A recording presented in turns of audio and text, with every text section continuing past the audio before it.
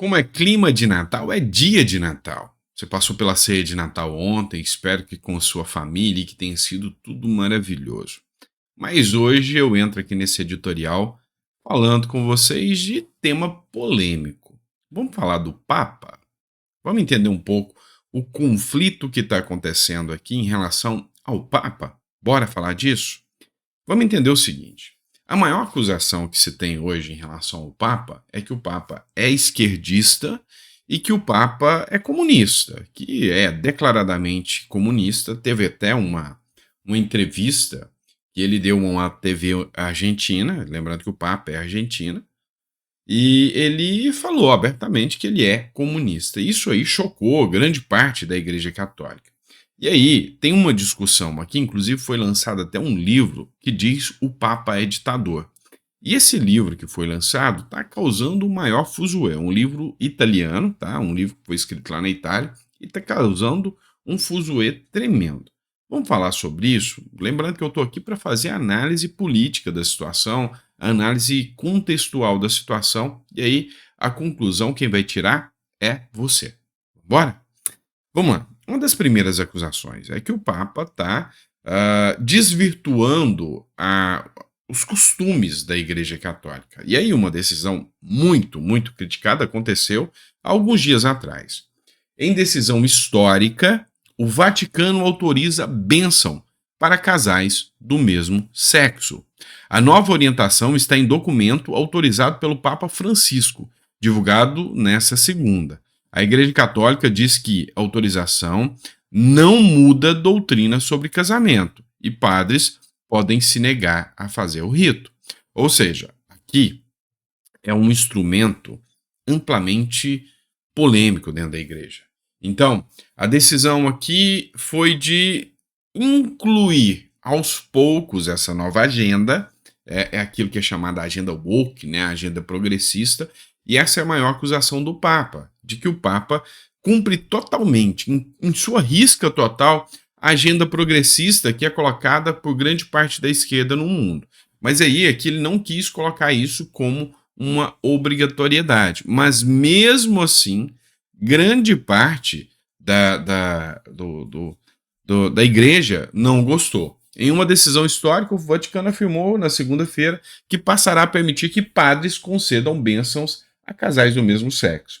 A decisão, que vai de encontro à doutrina da Igreja Católica de condenar a união homossexual, está em um documento autorizado pelo Papa Francisco, divulgado nesta segunda. Pela medida, padres católicos romanos podem, a partir de agora, administrar bênçãos a casais do mesmo sexo, se quiserem. Os padres também poderão se recusar a fazer o ritual, mas estão proibidos de impedir a entrada em igrejas de pessoas em qualquer situação que possam procurar a ajuda de Deus através de uma simples bênção. E aí, essa posição do Papa, ela foi bem recebida por um lado aí, da igreja, né, de fiéis, mal recebida pela maioria, diga-se de passagem. Foi feito um estudo que a maioria desagrada dessa situação, mas enfim, causou um conflito interno aqui dentro da Igreja Católica. E no seu posicionamento, eu queria que você deixasse seu comentário. Você concorda? Você acha que os padres têm que deixar os dogmas da igreja de lado e fazerem o casamento homossexual? Ou, na sua opinião, não? Acha que o celibato ali, as regras da Igreja Católica são bem contundentes e é algo, sabe, que não se deve mudar. É algo que deve manter ali, sabe, todos os dogmas católicos e não deveria ser modificado. Coloca o seu comentário, que é importante. O que acontece? Grande parte da igreja já está pistola com o padre, e eu estou falando aqui com o Papa, eu estou falando aqui de padres e arcebispos. Olha só essa matéria do Povo aqui. Arcebispo contraria Papa e proíbe padres de abençoarem casais homoafetivos e diz que contradiz toda a doutrina da Igreja Católica. O arcebispo de Nairobi, no Quênia, proibiu os padres de sua arquidiocese a abençoarem casais homoafetivos. O anúncio foi feito neste sábado, dia 23, contrariando a decisão do Vaticano, anunciada na última segunda-feira, dia 18. Na visão de Philip Aniolo, vigário responsável pela proibição, a medida contradiz a desaprovação da igreja às uniões homossexuais. E aí não é uma medida isolada só do arcebispo de Nairobi. São vários arcebispos pelo mundo afora que estão refutando e estão fazendo uma espécie de um motim contra o Papa, falando: nós não vamos aceitar. Ou seja, o arcebispo que comanda ali a diocese ali, ou seja, toda a cidade, estão proibindo que a medida do Papa seja implementada. Então o Papa diz que os padres podem fazer, os arcebispos estão dizendo: não, não vai fazer. Então isso vai começar a gerar ali uma implosão ali, um grande conflito dentro da Igreja Católica. E aí, essas medidas do Papa, que são tomadas sem uma reunião com a cúpula da Igreja Católica, porque o que está causando revolta é que ele toma a decisão sem chamar ali a cúpula da Igreja Católica para fazer essa discussão. Gerou um livro, tá? E esse livro está dando uma repercussão bombástica. Chama Il Papa Ditador, ou seja, o Papa Ditador, se referindo abertamente ao Papa, né? E para quem não sabe, o Papa Francisco aqui, ele se chama Jorge Mário Bergoglio. Então o nome dele não é Francisco, é Mário Jorge. Jorge Mário, né? Bergoglio. E aí aqui ele fala sobre essa situação. Um trecho do livro está previsto aqui nessa página, né? Frates in uno, ou seja, os padres em união, alguma coisa assim, né? E aí esse editorial diz: o Papa ditador, tirânico. Tirânico. Esse é o único adjetivo que pode definir com clareza o estilo do governo bergogliano, ou melhor, a própria personalidade do pontífice reinante, ou seja, dizendo que o Papa ele é tirânico, ele toma as decisões assim como os ditadores fazem, assim como Ortega, Maduro, e ele tem um alinhamento muito grande com esses ditadores. E aí ele diz o seguinte, abre aspas, separei esse trecho aqui. Jorge Bergoglio foi eleito para 2013 como um liberal e um reformador. Na realidade, era já conhecido há tempos em sua terra natal, a Argentina, como um político manipulador e um hábil promotor de si mesmo. Por trás da máscara de um homem do povo, Papa Francisco consolidou a sua posição de ditador que governa com medo e estreitou aliança com elementos mais corruptos do Vaticano para enconjurar e inverter as reformas que se esperavam dele. Marco Antônio Colonna é formado na Universidade de Oxford e possui uma profunda experiência no âmbito de pesquisa histórica e em outros campos. Mora em Roma desde o início do pontificado do Francisco e seu livro é fruto de estritos contatos com muitas pessoas que trabalham no Vaticano, entre os quais alguns cardeais e outros personagens principais citados no curso da narração. E aí, a grande acusação aqui é de que esse livro foi um livro escrito pela extrema-direita para difamar a imagem do Papa, que não é nada disso, mas hoje o posicionamento da visão aí é mais aguerrida, é que o Papa é amplamente alinhado com ditadores, amplamente alinhado com esse grupo de ditadores progressistas, e foram estes grupos de ditadores progressistas que incluíram o Papa Francisco dentro lá da Igreja Católica. E aí, há críticas gigantescas em relação ao Papa.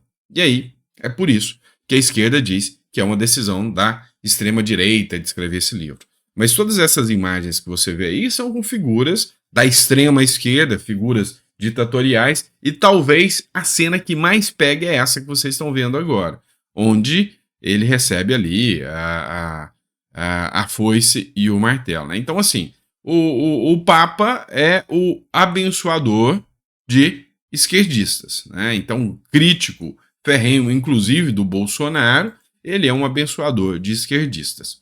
Mas a grande questão aqui é que não é só essa mídia de extrema esquerda que vem levantando esse coro do Papa como um ditador. Olha só, uma matéria da Veja aqui, ó.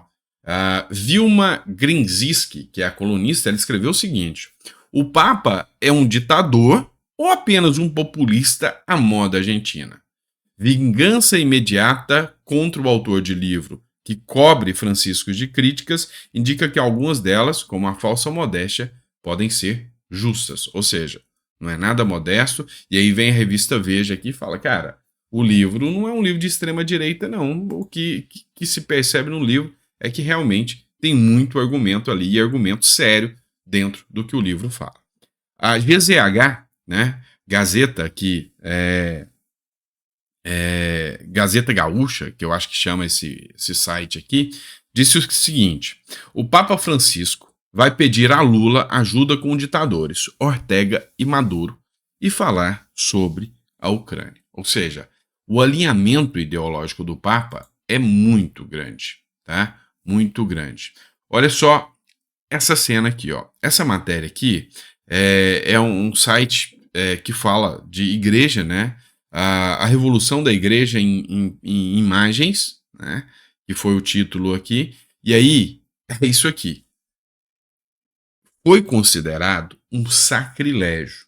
Não sei se vocês perceberam na foto aqui, mas é o Evo Morales, né? Entregando, ditador da Bolívia, entregando uma foice e um martelo com Jesus Cristo crucificado nela, ou seja, trocou a cruz pela foice e o martelo, mostrando aqui que o comunismo é uma seita, é uma idolatria de que eles colocam o líder comunista até acima de Jesus. Isso é fato, né? Isso é indiscutível. Mas aí essa imagem aqui marca e caracteriza o Papa com, sabe, como um grande contexto aqui comunista, né? E aí a matéria fala aqui, ó, o Bergoglio, que é o sobrenome do Papa Francisco, né, abraça o seu símbolo, a foice e o martelo, ou seja, o símbolo comunista. Outra matéria aqui, ó, essa aqui, ó, documento progressista da semana. Francisco apoia o ditador comunista Daniel Ortega. E aí é esse mesmo ditador comunista que está expulsando todos os padres que não pensam exatamente com a agenda progressista do Daniel Ortega. O Daniel Ortega, ditador da Nicarágua, declarou uma guerra aos papas que não seguem à risca as ordens expostas pelo ditador.